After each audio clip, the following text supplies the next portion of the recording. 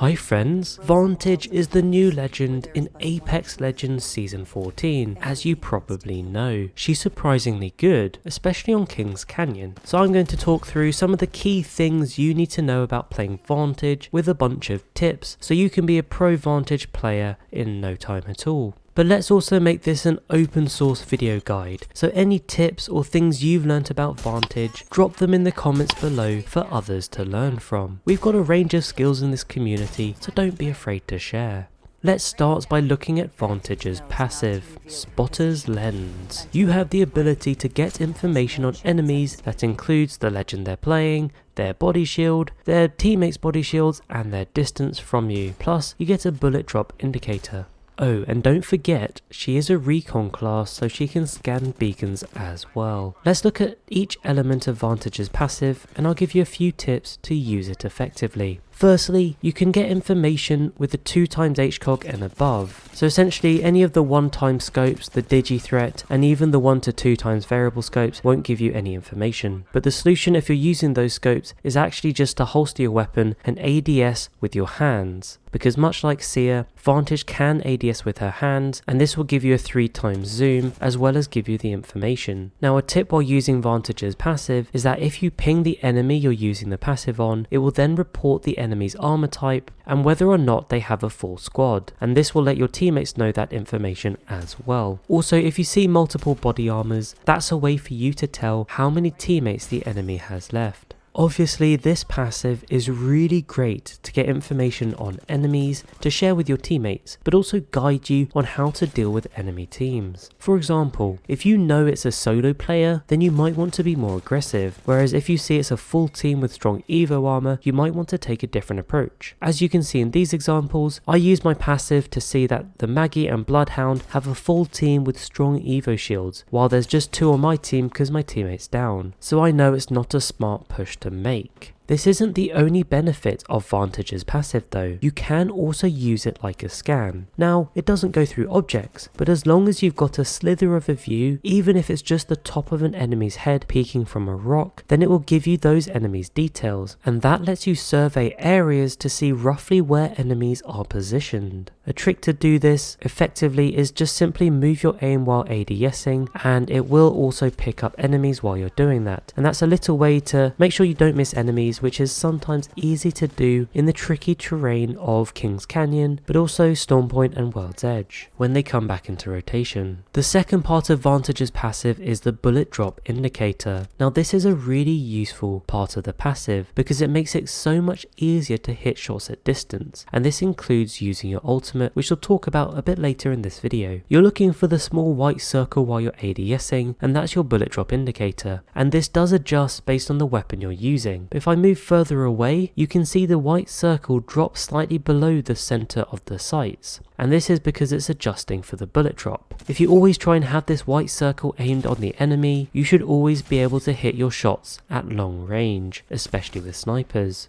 Let's move on to Vantage's tactical, Echo Relocation. It has a 20-second cooldown time and allows you to position your pet bat Echo and then launch towards him. Do note though, you will need line of sight of Echo, so if he's behind a rock or behind a wall, then you won't be able to use it. Now pressing your tactical will launch you from the ground or wherever you are all the way to Echo up to around about 40 meters. On top of this, you can deploy him and move him once he's deployed, kind of like you can with a Newcastle tactical, and he simply moves when you press your tactical button once to wherever your reticle is facing, as long as it's within 40 meters. There is a 0.5 second whistle animation for you to move Echo, plus a 1 second jump animation when you launch towards him. Now unfortunately you can't shoot while boosting, so it's not quite like an Octane jump pad. However, when you do get close to Echo, you can press jump to get a double jump boost. A little tip here is that you can also press crouch while you're in the air, or whatever your cancel button is, to cut your leap short.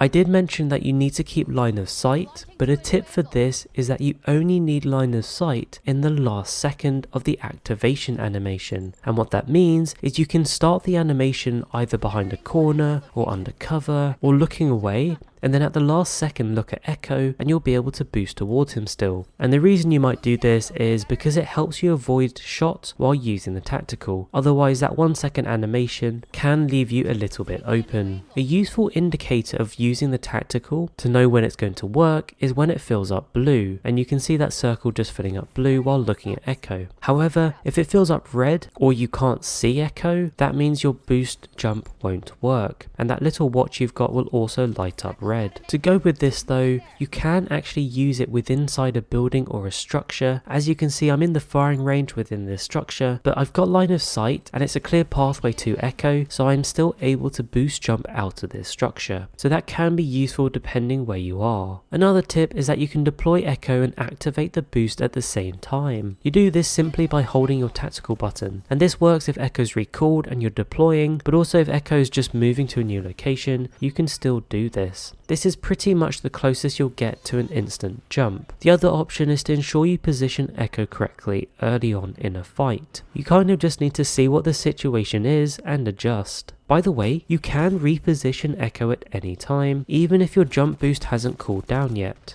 I find the best trick with this tactical is to either use it to get behind enemies or above enemies, because it's quite hard for them to track you when you're launching your boost. The alternative is to also use it to get away from a fight. You can see here I'm low health and have no ammo after downing the Watson, so I use Echo to reposition, and this buys me enough time and space to grab a new gun and pop a battery, and that puts me in a good position to 1v1 the last player on that team for the clutch.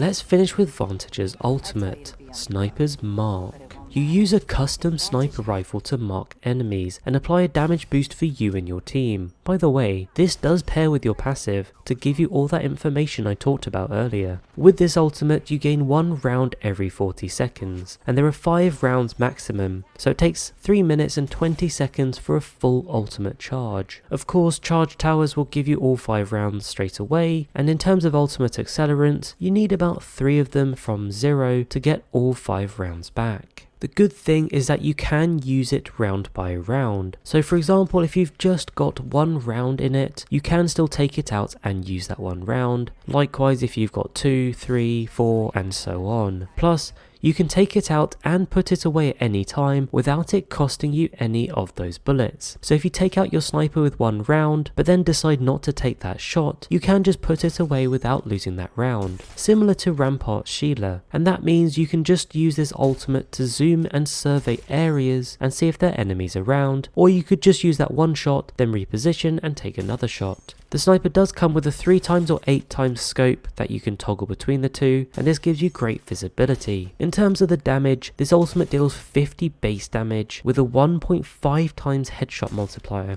giving headshots 75 damage, which is pretty strong. If you do hit an enemy, this will then mark them for 10 seconds, and this is visible to you and your teammates, as you can see by the orange circle when I hit the dummy. On top of this, the mark applies a plus 15% damage boost vulnerability to that enemy from all sources, including damage done by your teammates on that enemy, and that lasts for the 10 seconds of the mark. For Vantage, if you hit someone, your subsequent shots with the sniper rifle will gain 2x damage. So for example, if you hit a body shot at 50, your next shot will hit at 100, and all subsequent shots on that same player with the sniper will hit at 100. Each shot also resets the 10 seconds, and that's the same for the damage boost for you and your teammates. You can also mark 5 enemies at a time. Oh, and by the way, when you ADS with your ultimate, it does emit a laser that your teammates and enemies can also see. So you need to be aware of that, because you don't want to be ADSing for too long with Vantage's ultimate. It not only gives away your position, but it lets enemies know they're being aimed at.